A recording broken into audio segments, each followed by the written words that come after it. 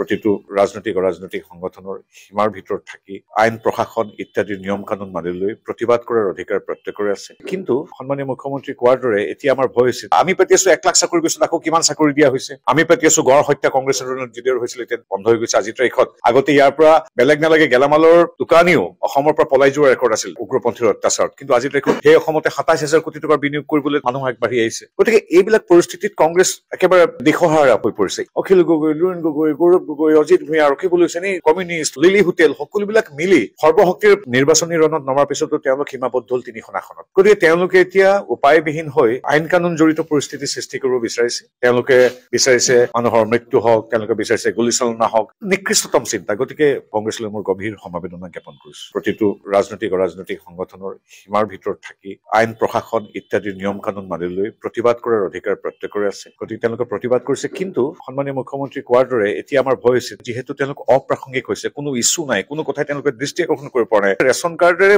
অসমৰ সিংহভাগ পৰিয়ালকে সামৰি ল'ব। আমি পাতি আছো এইবিলাকৰ কথা। আমি পাতি আছো 1 লাখ চাকৰি গৈছিল, আকৌ কিমান চাকৰি দিয়া হৈছে। আমি পাতি আছো গড় হত্যা কংগ্ৰেছৰ দিনৰ হৈছিল, এতিয়া বন্ধ হৈ গৈছে আজিৰ তাৰিখত। আগতে ইয়াৰ পৰা বেলেগ নালাগে গেলামালৰ দোকানীও অসমৰ পৰা পলাই যোৱাৰ ৰেকৰ্ড আছিল উগ্ৰপন্থীৰ অত্যাচাৰত, কিন্তু আজিৰ তাৰিখত সেই অসমতে 27,000 কোটি টকাৰ বিনিয়োগ কৰিবলৈ মানুহ আগবাঢ়ি আহিছে। গতিকে এইবিলাক পৰিস্থিতিত কংগ্ৰেছ একেবাৰে দিশহাৰা হৈ পৰিছে। মই সদায় কৈছো, ভৱিষ্যতে কম, Akhil Gogoi, Lurin Gogoi, Gaurav Gogoi, Ajit Bhuyan, Rakibul Hussain, communist, Lily hotel সকলোবিলাক মিলি সৰ্বশক্তিৰ নিৰ্বাচনী ৰণত নমাৰ পিছতো তেওঁলোক সীমাবদ্ধ হল 3খন আসনত। আটাইতকৈ বেয়া ৰিজাল্ট। গতিকে তেওঁলোকে এতিয়া উপায়বিহীন হৈ আইন কানুন জড়িত পৰিস্থিতি সৃষ্টি কৰিব বিচাৰিছে। তেওঁলোকে বিচাৰিছে মানুহৰ মৃত্যু হওক, তেওঁলোকে বিচাৰিছে গুলীচালনা হওক, নিকৃষ্টতম চিন্তা। গতিকে মানুহে জানে। গতিকে এইখিনি কথা ইতিমধ্যে সকলোৱে চৰ্চা কৰিছে। কংগ্ৰেছলৈ মোৰ গভীৰ সমবেদনা জ্ঞাপন কৰিছো।